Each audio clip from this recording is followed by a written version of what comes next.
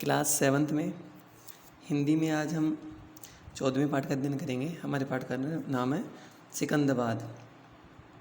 भारतवर्ष की सभ्यता और संस्कृति सदियों से ही मान रही है। यहाँ के लोग, चीज़ें, व्यापार करने का तरीका और यहाँ की शासन व्यवस्था लोगों को बरबस यहाँ आने के लिए विवश करते रहे हैं। किंतु कल के भारत में और आज के भारत में ज़मीन और आसमान का अंतर हो चुका है। जहाँ एक और भारत तरक्की की बुलंदियों को हासिल किया है तो वहीं दूसरी ओर सभ्यता और संस्कृति को खोया भी है।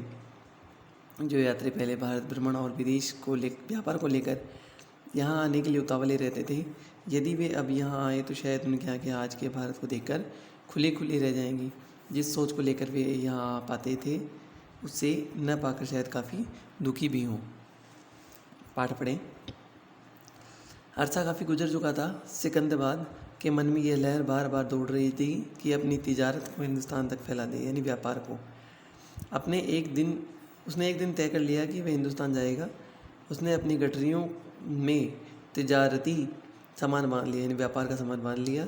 वह बसरा के लिए रवाना होने ही वाला था कि उसके पास हिंदबाद दौड़ता हुआ आया।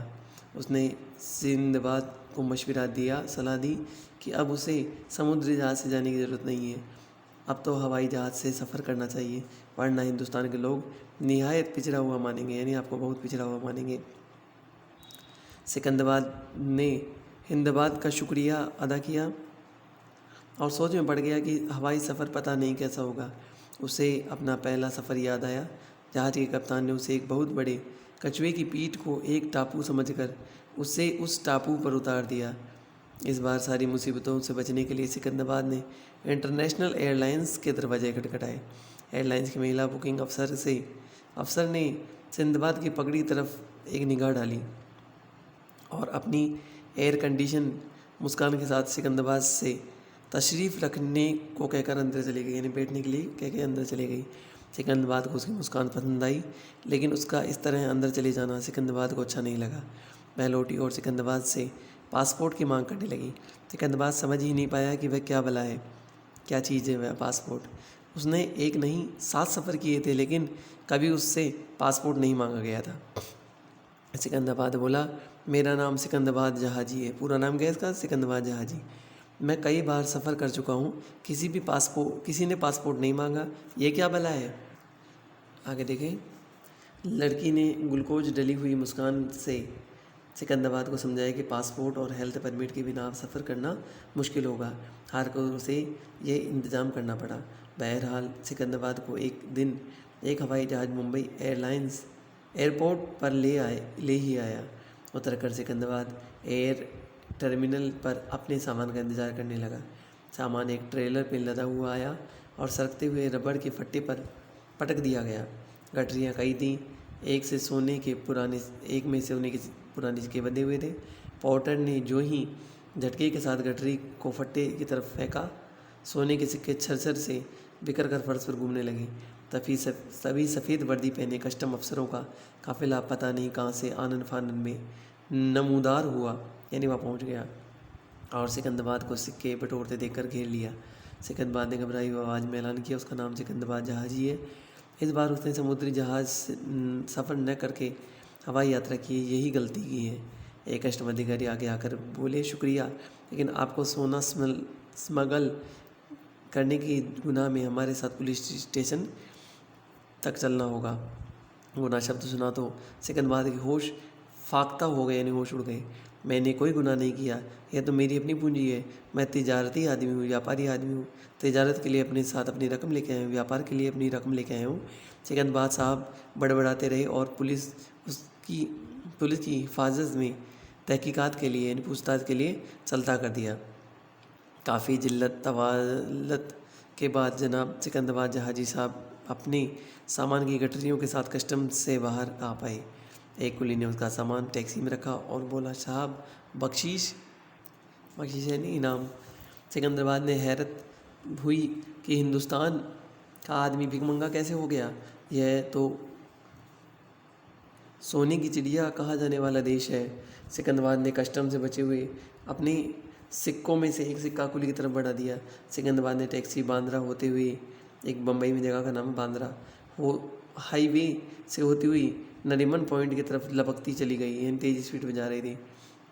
वह भीड़ भड़क्का हंगामाई आलम था, यानी शोर मचा हुआ था। सिकंदराबाद सख्ते में यानी घबरा गया। क्या इलाही, ये माजरा क्या है? खैर टैक्सी न मारवे बीच के पास मणद्वीप के सामने जा खड़ी हुई।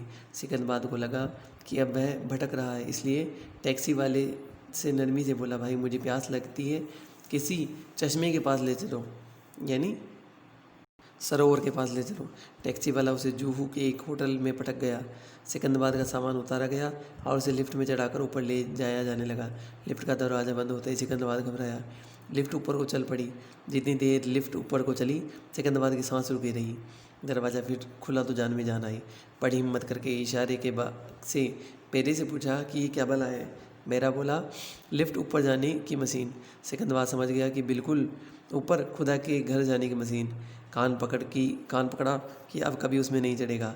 शान और शौकत का तो वह आदी था ही। आलीशान होटल देकर थोड़ी राहत मिली। तभी गलती से उसका हाथ एक बटन पर पड़ गया। अचानक कमरे में एक आवाज़ गूंजने लगी। सिकंदराबाद कुछ समझ ही नहीं आ रहा था कि यह आवाज़ कैसे और कहाँ से आ रही है। उसने दहशत में कमरे के जितने भी बटन दिख रहे थे उनको सबको दबा दिया। किसी के दबाने से बत्ती जली, किसी से पंखा चला, एक से घंटी भी बजी, एयर कंडीशनर चला। दरवाज़ा खोलकर बेरा अंदर आया। पूछा, जी साहब बुलाया आपने? सिकंदराबाद पसीने पसीने हो गया था। दहशत के मारे चेहरा सूख रहा था। बेरे को देखकर थोड़ी हिम्मत हुई। बंदी उसी से पूछा, ये आवाज़ कहाँ से आ रही है? बेरे ने रेडियो का स्विच ऑफ कर दिया। आवाज़ बंद हो गई। सिकंदराबाद खिसियाना होकर यानी घबराहट से तौलिए से अपना मुँह पोंछने लगा। उसने बेरे से कहा, मैं अपने वतन जाना चाहता हूँ, अपने देश में जाना चाहता हूँ। बेरे ने उसकी बुकिंग करा दी। कुछ देर बाद देखा गया कि सिकंदराबाद का सामान फिर से टैक्सी में रखा जा रहा है। सिकंदराबाद एक ही दिन में हिंदुस्तान से पनाह मांग गया, यानी वहाँ से वापस लौटने लगा। लौटकर एयरपोर्ट जाते हुए टैक्सी वाले से पूछा, आप कहाँ के रहने वाले हैं साहब? कैसा लगा हिंदुस्तान आपको? वैसे ये पूछना ही था कि सिकंदराबाद फट के पड़ा। बोला, हिंदुस्तान की तरक्की से मैं आजीज आकर भाग रहा हूँ प्यारे। यहाँ वही नहीं मिलता जिसे मैं खोजने निकला था, यानी पहले वाला जो भारत देखने निकला था वैसा नहीं मिलता। टैक्सी वाले ने पूछा, आखिर क्या खोजने निकले हैं आप? सिकंदराबाद बोल उठा, खोजने निकला था आदमी। यहाँ भी मशीनें बढ़ गई, आदमी कम हो गया। हंगामा खेज ज़िंदगी है, दहशत हो रही है। इन सब को देखकर मैं अज दहो के बीच रह आया, नहीं डरा। इन अपनों के बीच में रह के आ गया, अपने माहौल में रहा, लेकिन डरा नहीं। लेकिन इन मशीनों की बेजिनियत को दूर से ही देखकर घबरा गया हूँ। एयरपोर्ट आ गया था। सिकंदराबाद हड़बड़ी में उतरा और अंदर चला गया।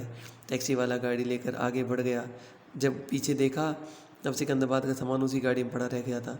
मैं सामान जमा कराने के लिए पुलिस स्टेशन की ओर बढ़ा। अंदर सोच रहा था कि अगर न जमा कराऊं, घोट जाऊं, यानी उसको ले के भाग जाऊं तो किसी को क्या पता चलेगा। टैक्सी वाला उसी ओह में था। उधर सिकंदराबाद का जहाज़ उड़ा जा रहा था। लेखक परिचय देख लेते हैं हम।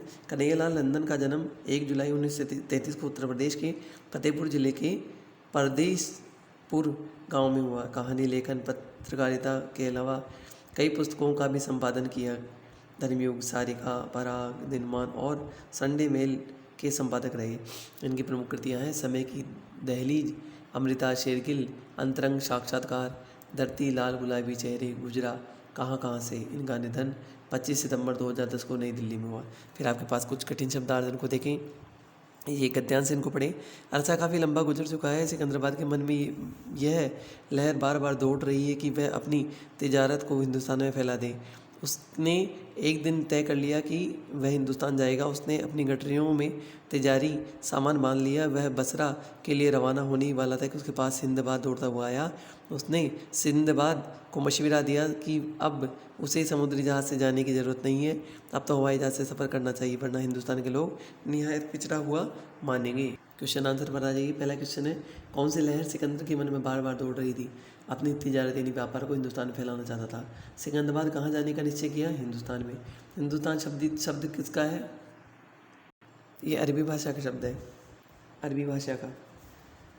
सिकंदराबाद को हवाई जहाज़ में सफ़र करने का मशवरा किसने दिया? हिंदबाद ने। अगला गद्यांश देखते हैं। गठरियाँ कई थी, एक में सोने के पुराने सिक्के बंधे थे। पाउडर ने जो ही झटके के साथ गठरी को फट्टे की तरफ फेंका, सोने के सिक्के छज्जर से बिखर कर फर्श पर घूमने लगे। तभी सफ़ेद वर्दी पहने कस्टम अफसरों का काफिला पता नहीं कहाँ से आनन फानन में नमूदार हुआ यानी आ गया और सिकंदराबाद को सिक्के बटोरते देखकर घेर लिया। सिकंदराबाद ने घबराई हुई आवाज़ में ऐलान किया, उसका नाम सिकंदराबाद जहाजी है। एक बार उसने समुद्री सफ़र न करके हवाई यात्रा की, यही गलती है। एक कस्टमर अधिकारी आगे बढ़कर बोला, शुक्रिया, लेकिन आपको सोना स्मगल करने के गुनाह में हमारे साथ पुलिस स्टेशन चलना होगा। गठरियों में क्या बंधा हुआ था? पुराने सोने के सिक्के। अगला क्वेश्चन है, सिकंदराबाद को क्यों घेर लिया गया? कस्टम अफसरों ने सोने के सिक्कों के कारण। सिकंदराबाद को कस्टम अधिकारी कहाँ ले गए? Police station. अगला क्वेश्चन है, सिकंदराबाद की प्रसिद्धि का क्या कारण था? वह एक व्यापारी था। पहले सफ़र में जहाज के कप्तान ने सिकंदराबाद को कहाँ उतार दिया था? एक टापू पर। सिकंदराबाद का पूरा नाम था सिकंदराबाद जहाजी। एयर टर्मिनल पर सिकंदराबाद किसका इंतजार कर रहा था? सामान का। कुली को क्या बख्शीश मिली? एक सिक्का। सिकंदराबाद ने हवाई यात्रा का निर्णय क्यों किया? मुसीबतों से बचने के लिए। पहली बार उसने जो यात्रा की थी उसे टापू पर उतार दिया था, इस प्रकार की मुसीबतें दोबारा नहीं आए, इस वजह से मुसीबतों से बचने के लिए उसने हवाई सफ़र करने का निर्णय किया। कुली द्वारा बख्शीश मांगने पर सिकंदराबाद क्यों हैरान हो गया? उसने देखा कि भारत जैसे सोने की चिड़िया वाले देश में भिखमंगी कहाँ से हो गया। यानी यहाँ तो भारत सोने का चिड़िया था, अब भिखमंगी कैसे हो गई यहाँ। विस्तार से बताइए कि होटल में सिकंदराबाद के साथ क्या हुआ। वह लिफ्ट में फंसा, अलार्म बजी, एक खटका जब गलती से दब गया तो अलार्म बजी, उसने सारी लाइटें हड़बड़ाहट में जला दी, वह पसीने पसीने हो गया और दोबारा लिफ्ट में न चढ़ने का उसने विचार किया। सिकंदराबाद ने भारत से वापस जाने का क्या कारण बताया? कि यहाँ मशीनें ज़्यादा हो गई, आदमी कम है, अतः वो डरा हुआ भी था। प्रौद्योगिकी कितनी बढ़ चुकी है कि इंसानों की जगह मशीनें ले ली, इससे आपका विचार क्या है? आजकल वर्तमान में इतनी तकनीकें बढ़ चुकी है, मशीनें उसकी जगह लेती जा रही है, यानी बेरोज़गारी ज़्यादा बढ़ती जा रही है। आदमियों की जो मांग है वो कम है और मशीनें ज़्यादा अच्छी तरीके से और ज़्यादा काम करती है, तो बेरोज़गारी का ज़्यादा प्रचलन हो गया, बेरोज़गारी ज़्यादा बढ़ गई है। अगला क्वेश्चन है, सिकंदराबाद के छूट गए सामान को लेकर टैक्सी वाले के मन में क्या क्या नैतिक अनैतिक भाव आ रहे थे? उसकी जगह आप होते तो क्या करते? वह सामान को पुलिस स्टेशन में जमा कराऊं या लेकर भाग जाऊं, ऐसा वो विचार कर रहा था। और इसके अलावा अगर हम उसकी जगह होते तो सामान पुलिस स्टेशन में जमा कराते, जिससे वो सामान उस व्यक्ति को पुनः मिल जाता। अगला क्वेश्चन देखें यहाँ पर, भावबोध का है। आपके पास में ब्रैकेट में कुछ शब्द हैं, इनके आधार पर आपको प्रत्यय लगाकर, जैसे धन धनवान, जैसे रंग रंगीला, विज्ञान वैज्ञानिक, प्रकृति प्राकृतिक, मामा यानी ममेरा भाई, दर्शन दर्शनीय। यहाँ तक हमने क्वेश्चन आंसर पढ़े, इनको आप विविध कौशल को पढ़ के अपना ज्ञान बढ़ा सकते हैं। तो यहाँ तक का जो आपके क्वेश्चन आंसर है उसको आपको नोटबुक में कंप्लीट करके जांच करवाना है।